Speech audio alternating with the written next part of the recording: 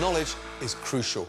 The more you know about where your ingredients come from and how they're produced, the better. So, ask lots of questions and learn.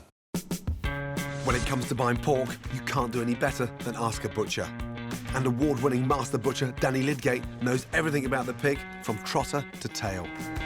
This family have been in the meat business for 150 years, so this man really is on the money. In comparison with other meats, pork's really good value.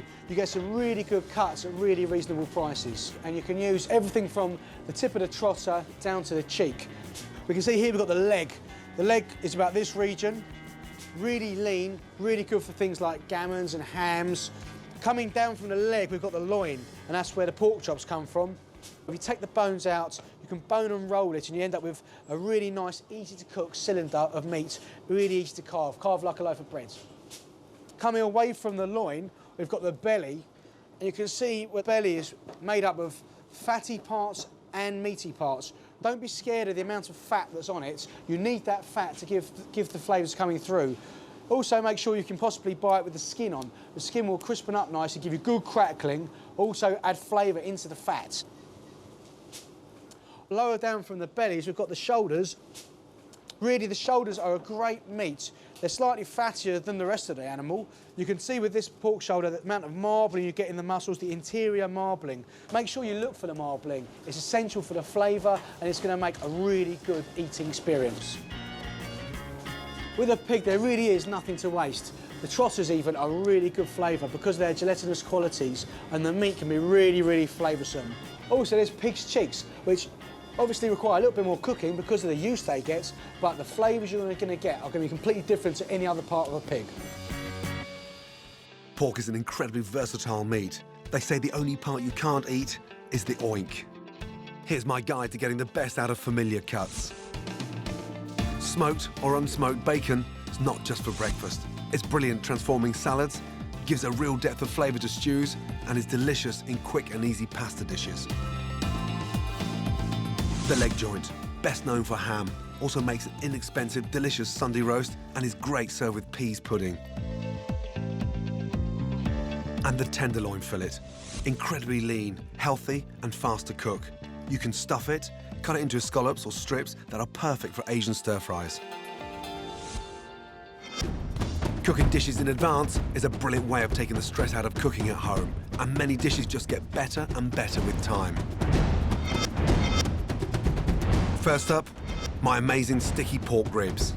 One of the secrets to great cooking is patience. Leaving dishes to marinate for 1 or 2 days helps to develop the flavour in your food, and the end result is so much more delicious. It's a method I use in the restaurants all the time.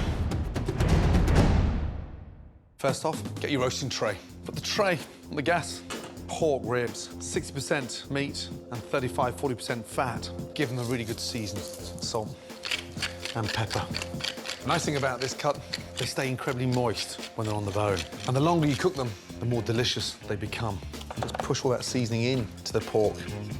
Olive oil in. Make sure that tray's nice and hot.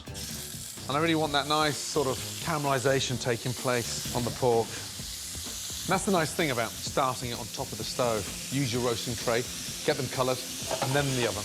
Putting the ribs straight in the oven, you don't get the colour. It looks sort of boiled as opposed to a nice caramelised rib.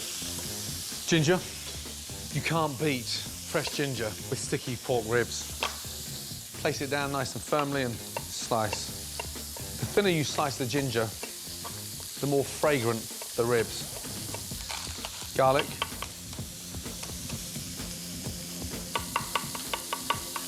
And it's really important, before you add anything to those ribs, make sure you've got the colour on the ribs first. Don't rush it. Turn them over. That's what I want. That nice, crispy colour. As they sort of braise in the oven, all that colour just turns into the most amazing flavour. Braising is just a chef's term for cooking something slowly in liquid. Right, ginger and garlic in. Spread it around. I want all those ribs to sort of roast with the ginger and the garlic. Chili flakes in. Next, Szechuan pepper. Citrusy, vibrant peppercorns. Incredible. In. Next, star anise. That gives it a really nice sort of aniseedy flavour, almost like you're roasting the ribs in fennel. In. Now we've got the heat, got the spice. I want to sweeten things up a little bit. Some fresh honey. Honey glazes the pork beautifully. It counteracts against all that spice in there. But look what's happening. The colour on the ribs is extraordinary. It's like a really nice, chilly, sweet caramel. Now, soy sauce brings that little bit of sort of saltiness to it. Really generous with the soy sauce. Japanese vinegar. 2 tablespoons of vinegar in. Rice wine. It gives it that nice sort of tartness to the ribs. If you can't find rice wine, a dry sherry is a great substitute. 300 ml. That takes out the heat of that Szechuan pepper, those dry chili flakes. Make sure they're all laid down like a nice, tight box of matches. Bring that up to the boil. Cooking is all about learning to develop your own likes and dislikes, so always keep tasting to make sure you're happy with a combination of flavours. It's lacking a little touch of vinegar. I want that sharpness. Now think what's going on. The tartness, the heat, the caramel, the colour on the ribs is amazing. I want a bit of a sort of oniony flavour. We'll put some spring onions in. Whilst these ribs are in the oven, the spring onions will sort of puree, but give a sharpness to the final taste of that pork. In with my spring onions. In with my stock, 400 ml of stock. This is just a simple chicken stock. The stock just sits underneath the ribs. It absorbs into the rib, and the top of the rib glazes underneath the rib. That gets crispy and rich, and that's what makes the ribs nice and moist. Really important. Into the oven. Cook at 180 for 30 minutes, then turn the ribs over and cook for a further 30 minutes. Now. Wow, they smell incredible. Each side has got that really nice, crispy, roasted edge. It becomes sticky and chewy and sweet, sour. The fat's disappeared and the pork just melts in your mouth. I want to take them to the next level. Gas back on.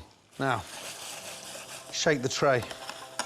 And this is the sort of the way that we finish them in the restaurant.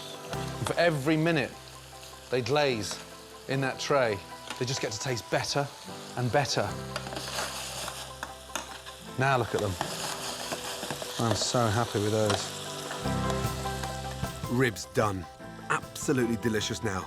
But if you want, you can put them in the fridge and the flavour will keep developing. Then just reheat them when you want to serve. So, each rib has a nice slice of ginger on there. Wow, look at that. Delicious, sticky ribs with an amazing marinade.